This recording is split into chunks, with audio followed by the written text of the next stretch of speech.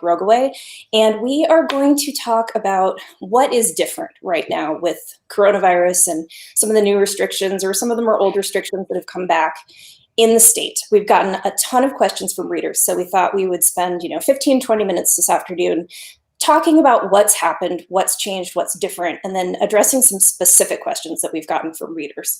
So Brad, a lot of things changed this past Wednesday. Do you want to give a quick overview of what's different and why this is happening?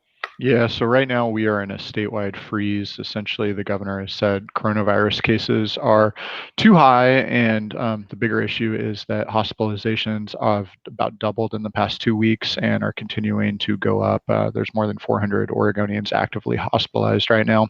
And the concern is if we don't do something, hospitalizations are going to reach a breaking point at some point in the future. And if you have some sort of basic ailment that needs attention at a hospital, you're going to be competing with people who have COVID, and that's the situation that we all want to avoid.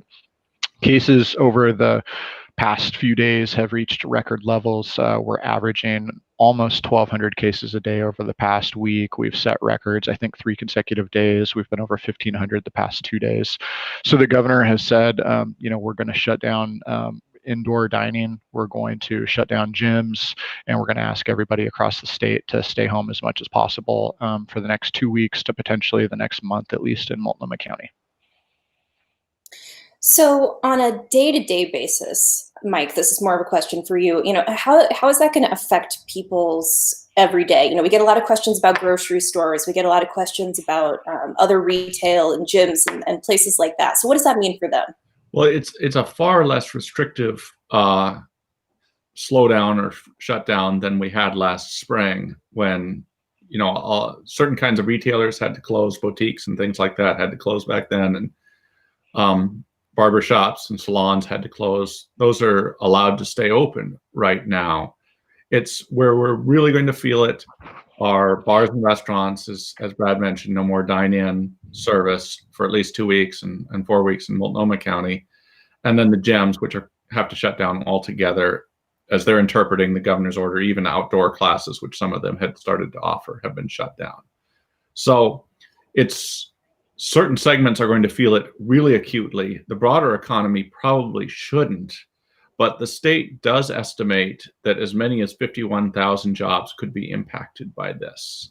That's the estimate from the Oregon Employment Department. So that's, again, not nearly as severe as what we had last spring. And many of those 51,000 are people who are already working part-time, like at a restaurant, because of slowdowns. So it's not going to be, it may not be as dramatic an effect, but it's definitely going to have an effect. And I think the larger question is, what are these infection rates? And we just had another 1,500 new infections today. What is that going to do to people's behavior? Might it start to change? Maybe people will start to go shopping less just because of that. Maybe people will be worried about going to work. That could become an economic drag, even without new statewide orders. Right. So you guys both mentioned gyms. This is a slightly different set of restrictions than we've seen. One of the biggest questions that we have gotten from readers over the past week, since these restrictions were announced, since they've gone into effect, is the message that has largely been given is that the source of most of these infections is private social gatherings. So if that's the case, then what's the thinking behind the restrictions on 75% on retail, or gyms closing down altogether, including outdoor classes? Can you guys talk a little bit about what's going on there?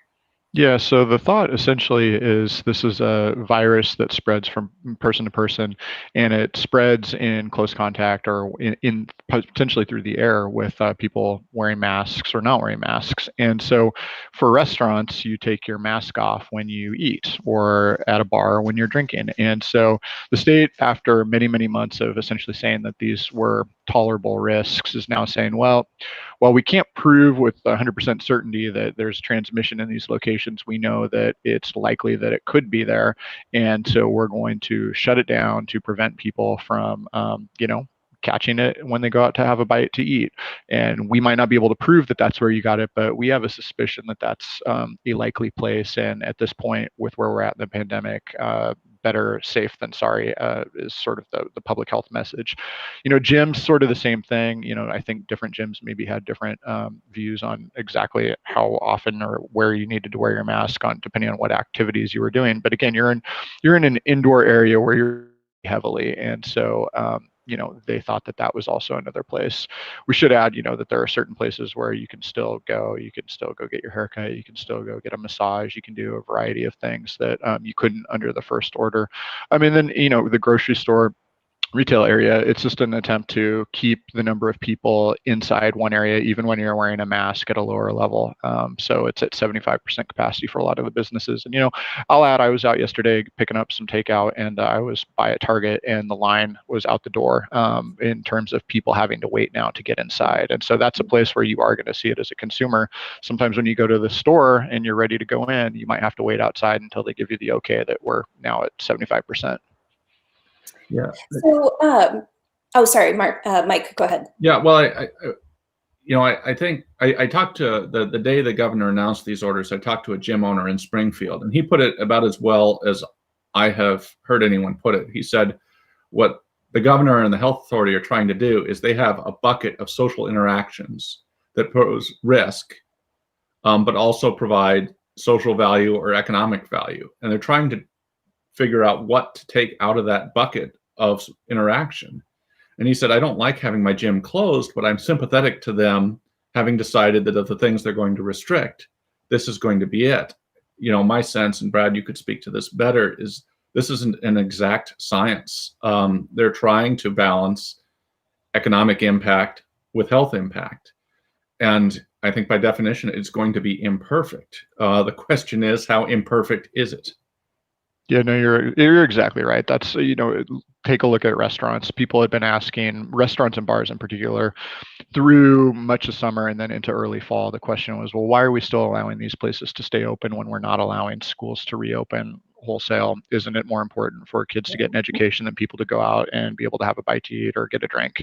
And you're exactly right. It's, we're learning as we go, and it's all a calculation. And, Oregon's numbers have been really, really low compared to many states across the country. And so we were able to put a lot of these restrictions sort of on the back burner. They were always something that, we could bring back out, since we learned so much from the March to May period, which was, frankly, economically devastating for a lot of people.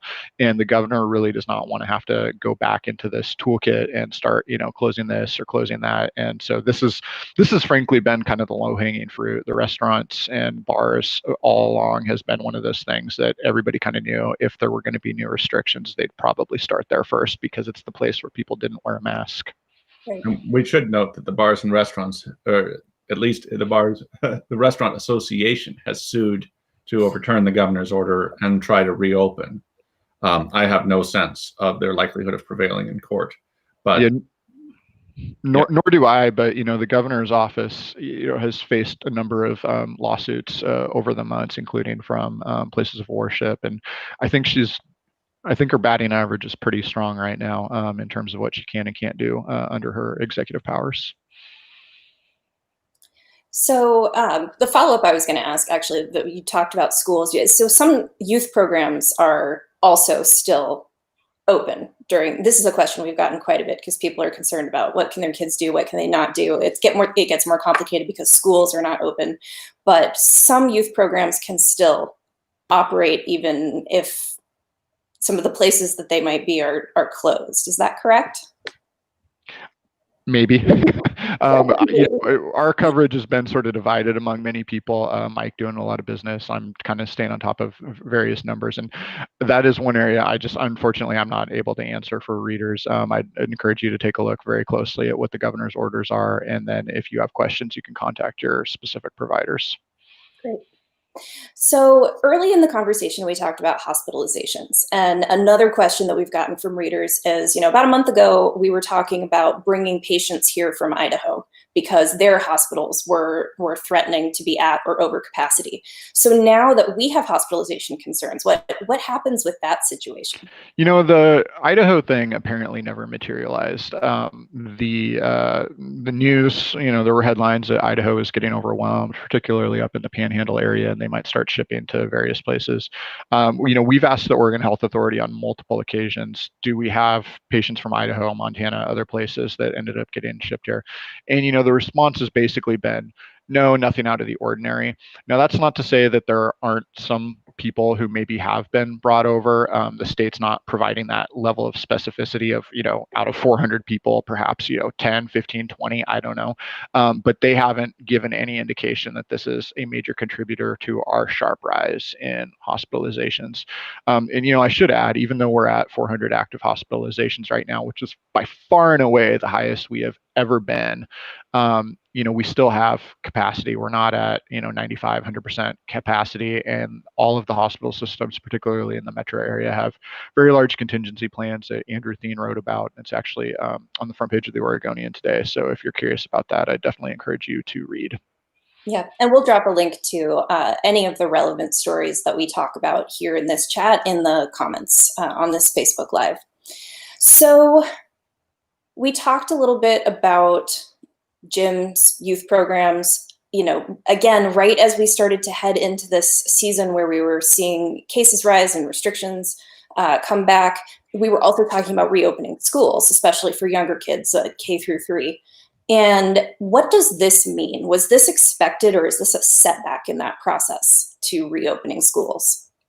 It sort of depends on your viewpoint. The state has moved its goalposts on many metrics many times, schools being one of them. The state had moved to a system where, you're looking at per capita case rates by county if you want to open as a school district. And if you meet certain criteria, then you could open, but it's up to the school district whether they want to. So, one school district in one county might choose to, another one might not. One of the interesting things about that was the percent positivity rate. That is, the number of people tested divided by the number of people who are positive, and that needed to be below a certain threshold. It turns out the state announced on Friday they're again moving the goalposts on how they even calculate that basic percentage. People tested versus total tests. It's very complicated, but bottom line, it's sort of an open question as to how schools are going to choose to reopen, or frankly, if they're going to. In the metro area, cases are very, very, very high. Multnomah County is basically setting records every single day. Most of the school districts in the metro area have already decided that they're not going to be reopening until February at the earliest. So at this point, I think we're going to have to wait and see what the governor sets for the new benchmarks for schools, incorporating the latest percentages and whatnot, and then just see where cases are. I mean, we've got Christmas break or holiday break coming up through December, and so I don't get a sense that we're going to know anything new about schools until mid-January at the earliest. So people are actually extremely confused by the math, especially with the changes that were just announced. Is there anything that we can tell people to kind of help them? We get a ton of specific questions about hospitalizations and how that gets calculated, and testing, and are these numbers that we're seeing now because there's more testing, or is there a way to break some of that down? Yeah. In a way that can be accessible for people? Yeah, I mean, there is, and we can put some links to some of our stories on here. But basically, Oregon had calculated the way that it does testing since the start of the pandemic the same way, which is how many people are tested per week, and then how many are positive per week, and you divide the two, and then you get a percent positive. And Amy Green wrote a story just last Sunday that showed that the number of people tested per week really hadn't budged since July. We had sort of a peak, and then we went down, and then it was back up. And that was, 40 to 50,000 people a week. As part of that report, she also noted that the state was saying, well, actually, we think we're more at about 100,000, but we can't provide you the data. We can't provide you the data over time to show it, but disregard what's on our website that shows our testing is about the same. Just trust us. So after her report, and then after other reporting by KGW, the state on Friday announced, hey, we're going to completely scrap this. We're going to go to a completely new way to calculate testing, and we're going to do total tests. So instead of a person tested, it's going to be total tests. Where's the nuance in that? The state wasn't counting somebody who'd already been tested. They would only count somebody who was tested and their first negative or their first positive. So if somebody was repeat tested, that was not showing up in the state's numbers. They knew about it, but they weren't including that person over and over and over again. You could quibble with the way they chose to do it, but they were at least consistent throughout. What happened in October is the number of people tested, according to the state's numbers, was like this, but the tests started to go up like this. Why? Well, there's a variety of reasons why that could be, one of which is long-term care facilities were required to start testing their employees more frequently, at least once a month, and in some cases it could be potentially 1 to 2 times a week. So as you get more testing potentially among the same people, presumably those are all going to be negatives, or many of them are going to be negatives. So what's happening is the state's overall percent positivity rate is going to go down. The state's going to change this. So we're going to go from basically being, 13, 14, 12%, whatever we're at right now, cut it roughly in half. And that's really irritated some businesses and frankly some parents too, because this percent positivity was this key metric that we need to watch this whole time. And now the state's like, we're going to change it. And everybody's like, well, wait, so does that mean we should have been open on schools, or are we sure we need to close these businesses? But I do want to stress, though, the percent positivity, no matter how you calculate it, is still going up. So we're still trending in the wrong direction. The cases are still trending in the wrong direction. You have basically never been at greater risk to get coronavirus than you are right now, just because there's so much of it in the community. Right. So we've actually got a live follow-up question here from a reader. This is from Ron. He's asking how we're getting daily data when, I think this is Kaiser Permanente, it takes 5+ days to get results back. When are they counted? Does this skew the numbers by several days? Yes and no. So the state will report positive test results in a given day, and they'll also report the number of new tests or new people tested that they are since the previous day. And so that's generally how we calculate our positivity rate that you could find on OregonLive.com. Is we would just look at how many new tests or people tested have been reported since yesterday, and then how many are positive.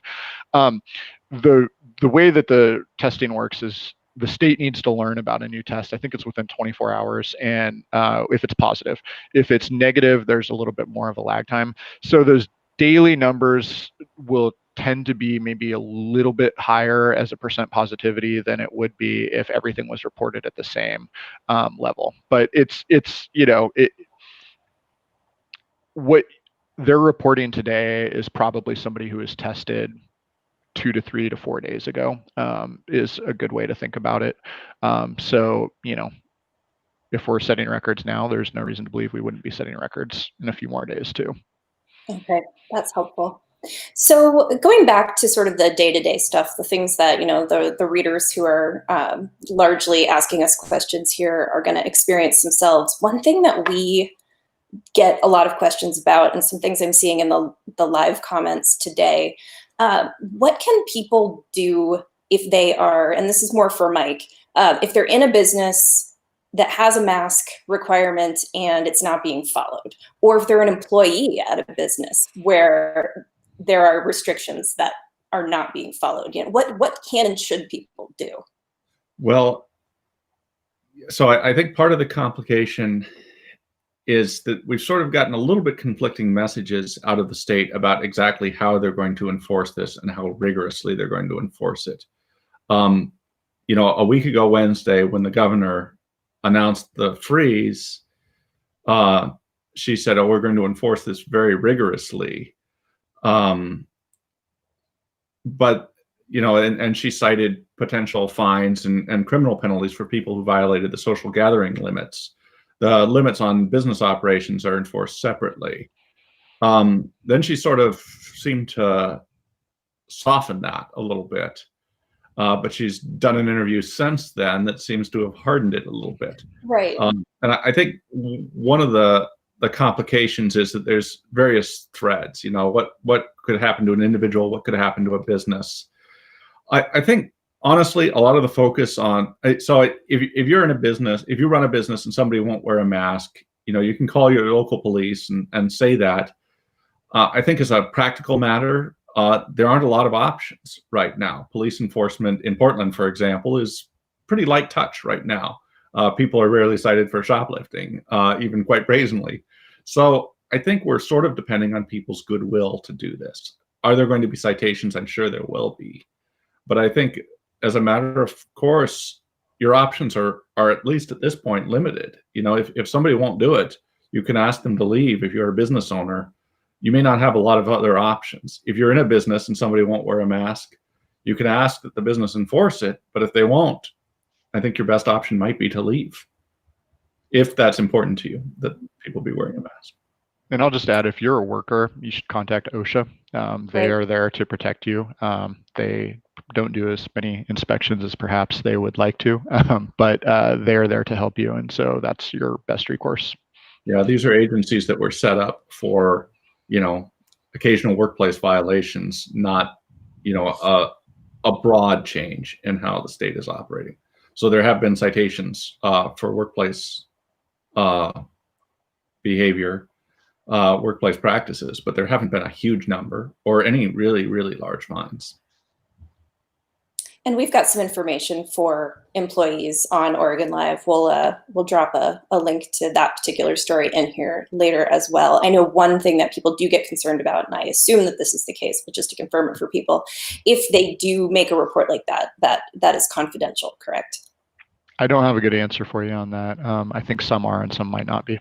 Yeah, I don't know. It can be, but you know, if you're filing something with the state of Oregon and you include your name, with OSHA, for example, your name will probably be in their file. So file it anonymously if you care to. Okay. That is good information for people to have. So unsurprisingly, one of the big questions we have gotten within the last few days on social media is about vaccines. Do we know at this point whether and what kind of plan Oregon has in place for vaccine distribution? Sort of, but not really. The state has a vaccine plan that they had to put together at the request of the federal government. All the states had to. Gosh, when was that? I think by the end of October. And so it's available online. You could read it. It's a very long document. It's sort of interesting, but it doesn't have a lot of specificity. As many people who are following this know, you know, one of the vaccines needs to be stored at a very, very, very, very, very cold temperature. And so that is a huge deal right now for our states, is trying to figure out, well, how can we have that? And, you know, the biggest thing I think everybody needs to keep in mind is if and when the vaccine is approved or vaccines are approved, the first rounds are going to be going to the frontline workers, law enforcement, healthcare workers, the people who maybe are at the highest risk of exposure. And so there's going to be opportunities for the kinks to get worked out before it's open to the general public. And so it's just kind of a wait and see of all the things that are going on at the local level in Oregon right now, tracking the vaccine, at least from my perspective as a reporter. While I know everybody's interested in it, it's sort of like the lowest priority because our cases are out of hand, our hospitalizations are growing fast, and we're going to be in frankly, probably a pretty dark period for the next few weeks to months. And so while I know the vaccine's on a lot of people's minds as the way out of this, it's still a ways away. Good to know. So I've got one last question, and this is more for Mike, but feel free to jump in, Brad, if you have thoughts about that. So the impact of the coronavirus restrictions seem, at least, to have a disproportionate effect on small businesses, on local businesses, and people want to know, what can they do to help? How can they help soften that impact on their neighborhood businesses, their favorite places in their local area? Well, both the governor and Portland's mayor have programs right now designed to direct people to their local businesses. All kinds of businesses are setting up online shopping options, online pickup options. And I think that's what they're asking right now. We have Black Friday coming up. The doorbuster thing, it had already been waning before this, I would not expect a lot of doorbusters. Walmart, for example, Kohl's, Fred Meyer, all their specials are week long. I think most of Walmart's best deals are available online. So I think online only. So I think that you're not going to have, people really pushing you to come in.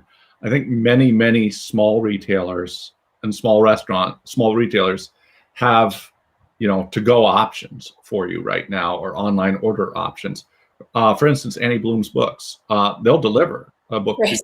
They'll just drive out in their car and drop it on your doorstep if you buy from them, if you're within a certain number of miles, 5 or 10 miles of their store in Southwest Portland.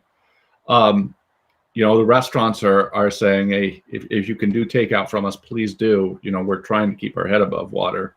So those are the options. The first time around, people said, well, buy gift cards, and back in March, and then you can use them when they reopen. I think that proved not to be a very, at least from the consumer's perspective, a very good way to go, because a lot of businesses are closing and will continue to close. Right. And you may never be able to use that gift card. If you can shop from them, if you're in a position to do so, online or pick up, I think that's the thing that could make an impact right now. Great. And actually, we've got a live comment follow-up question to that. Washington passed a $135 million stimulus. Is Oregon doing something like this? So the governor did set aside $55 million in federal stimulus money, the CARES Act relief money that has to be spent by the end of the year. For that, Business Oregon had a small business grant program that I think, that they announced last week and was totally exhausted. It might have been half that size or less than half that size. It was totally exhausted within a couple of weeks. The state doesn't have a big slush fund to play with. Most of its money is allocated. And there does not appear to be the prospect of additional federal money coming anytime soon. Perhaps in the new year, there could be a new stimulus program that might provide some money to the states or to businesses. But absence of new federal support, I think that's not likely. I'm sure there will be things around the margins, and there are existing programs already. But a big, CARES Act style relief program, the states don't have the capacity to pull that off. Okay. Well, and those are all the questions that we've gotten. Is there anything else you guys would like to address before we wrap up? We've gotten some good questions and good comments from folks so far today. I'll just reiterate sort of what the governor and the public health folks have been saying for weeks and weeks and weeks. It has reached a point now where, you're more likely to get coronavirus than at any point in the past. We do a weekly zip code update where we take the state's data and we show where the zip codes where cases are growing the fastest. And as part of that, I was just looking, because we do it on a weekly basis. For the week that ended last Sunday, there was 6,500 or so cases in that week alone. Just again, as context, that's more cases than we had from the very first day of the pandemic back in February, when our first Oregonian tested positive, through mid-June. More cases in 1 week than 118, 120 days, whatever it was. So just think about that as you go about your day-to-day life. It's there now. It's at record levels. There's no sign that it's going to slow down. The transmission rates all seem to be well above 1, unfortunately. And even if we got to 1, that's basically, this is the status quo, 1,500 cases a day. So take it seriously, guys. Do what you can. I think everybody's trying to do that. And it's, we all want to get back to life at some point that was, pre-pandemic. But for now, let's just all try and do what we can to stay safe. I guess I'll say, from the economic perspective, the first several months of the pandemic were much, much less bad than economists anticipated. They were talking in March, 20% unemployment potentially. We did get to 14.9% in April, but it was only 6.9% last month. Oregon has recovered about half the jobs it lost. That steep rebound is over, I think. We're likely, with the freeze and with consumer behavior being restricted by fear of the disease, I think we're likely, the benefits we're likely to get are going to be somewhat less now. And then on December 26th, the day after Christmas, 2 big federal relief programs expire that up to, I think, 70,000 Oregonians will be kicked off their unemployment benefits at the end on the day after Christmas. So that'll be a big economic drag on the state as well.